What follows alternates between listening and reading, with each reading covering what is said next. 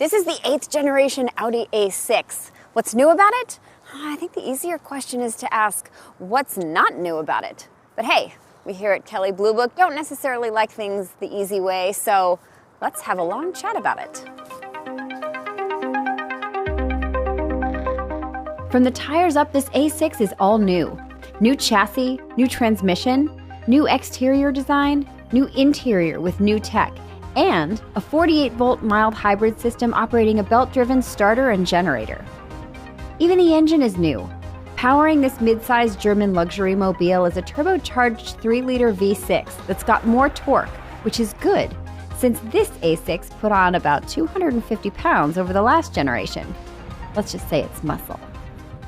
That new V6 actually sits a little bit further back in the car, which is ultimately better for weight distribution and balance. Now this A6 is a lot sportier than the last version due to the very well-tuned suspension. It's not too harsh, it's not too soft, it just strikes a really nice balance, so the ride quality is quite excellent. Let's talk about the steering for a second. I normally like a heavier feel of steering, but this one is just right. It's not too loose, it turns really nicely, it's very responsive. I dig it. There is a little bit of turbo lag, but it's so minuscule, and honestly, like, the A6 is super quick. Unlike this Lite, which is not super quick. And now I'm gonna go. One of my favorite parts about driving this A6 is the 7-speed automatic dual clutch transmission. It shifts exactly when you want it to. Man, those shifts are so smooth you can barely even detect them. Now, of course, again, when I talk about driving aggressively, I have a red light. But I swear I was gonna say, even when you start driving aggressively, it picks the right gear at the right time. It is absolutely world class. God, these lights are so frustrating. A notable A6 option is a sport suspension, which lowers the car 20 millimeters and gets you 20-inch wheels, adaptive suspension damping, and all-wheel steering. Now, we got that sport tune suspension on this particular A6 that we're driving now, and I just love how it's kind of amped things up just a little bit. I have to say, overall, I really prefer the way that this drives to both the E-Class and to the 5 Series. Audi's putting people on notice, and it's good. The A6 comes with Audi's all-wheel drive Quattro system, which makes it all-weather friendly. It's a sophisticated German sedan at home in the Alps or on the Autobahn, offering a quiet ride so you don't miss out on anyone yodeling at you. It's worth noting that an A6 with a turbocharged 2-liter 4-cylinder engine is coming later in 2019.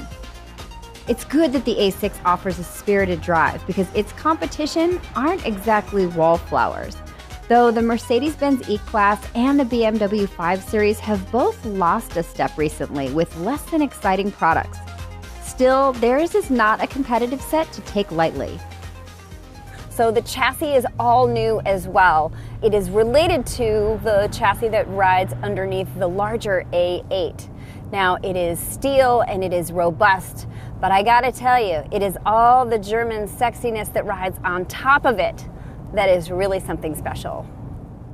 The interior of the A6 is something else. It is beautiful in here, gorgeously appointed. The materials are amazing and look as expensive as they should. Now, on the base model, you get a 7-inch display for the gauge cluster, but if you upgrade to the Premium Plus or to the Prestige, which by the way I think is 100% worth it, then you get this 12.3-inch digital cockpit. The graphics are super clear, it is really easy to see, and it's very highly customizable, absolutely world class. So Audi has sort of abandoned knobs and dials for this dual screen system which operates their Audi MMI infotainment system. Now, it is operated with haptic feedback, which means that you kind of have to push the buttons You just turned the radio on. Did not expect to do that, but at least the volume knob is right here. So it still does pull driver focus. I guess at least you know that you are pressing something when you press it, but it does take a little bit of getting used to. Now, there is a voice command also that you can use, and I've tried to figure that out. I'm cold. I don't see an app that can handle that. So I haven't quite figured it out yet, but I've seen other videos where it's working. Audi has made everything handsome, but without being over the top or fussy. To me, they've struck a perfect balance between functionality and fanciness. And the best part is, I don't feel like I'm driving my dad's car. A 3-spoke steering wheel with paddle shifters comes standard, as does leather seat trim, a power sunroof, walnut inlays, 3-zone automatic climate control, and an interior lighting package with an LED overhead console. Apple CarPlay and Android Auto smartphone integration are also standard across all trims, and it's wireless. BMW has that capability too, but they charge you $300 for it. Other options and amenities include navigation, a Bang & Olufsen audio system, 20 or 21-inch wheels, Valcona leather heated and ventilated seats, and even night vision assist. Audi does okay in the safety department, but for the real extras, you do have to pay for those. Audi PreSense Front comes standard, which is basically an automatic emergency braking system, as well as parking sensors and adaptive cruise control. But you can add rear cross traffic alerts and a vehicle exit warning system, both of which are part of Audi's Side Assist package, as well as an awesome 360-degree camera that includes an overhead view. It's super helpful for parking in tight spots. The changes to the exterior of the A6 are subtle, but discernible if you know what you're looking for. So the grille is lower and it's wider, gives it a little more of an aggressive face. There are 3 character lines that run along the profile, and they actually give the A6 a shorter visual appearance, make it a little more sporty looking, which is really cool. But the best thing is back here, and it's these animated tail lights, and they are so cool looking. Now you have a reason to use your turn signals just to show off. So use them, like a lot, every time you turn. Use them. Go turn signals! The only thing that Audi is doing wrong with the A6 is not bringing the Avant, and that is the wagon, to the US. Grrr, Audi, I know at least a dozen people who would buy one. My sister in London just got one. Shut up. Pricing in this set isn't cheap, but luxury never comes as such. The base model A6 Premium starts close to $60,000, including destination charges.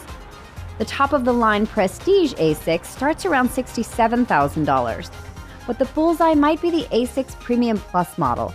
It's well equipped with Audi's virtual cockpit, the top view camera, and cool matrix design LED headlights, and starts closer to $64,000.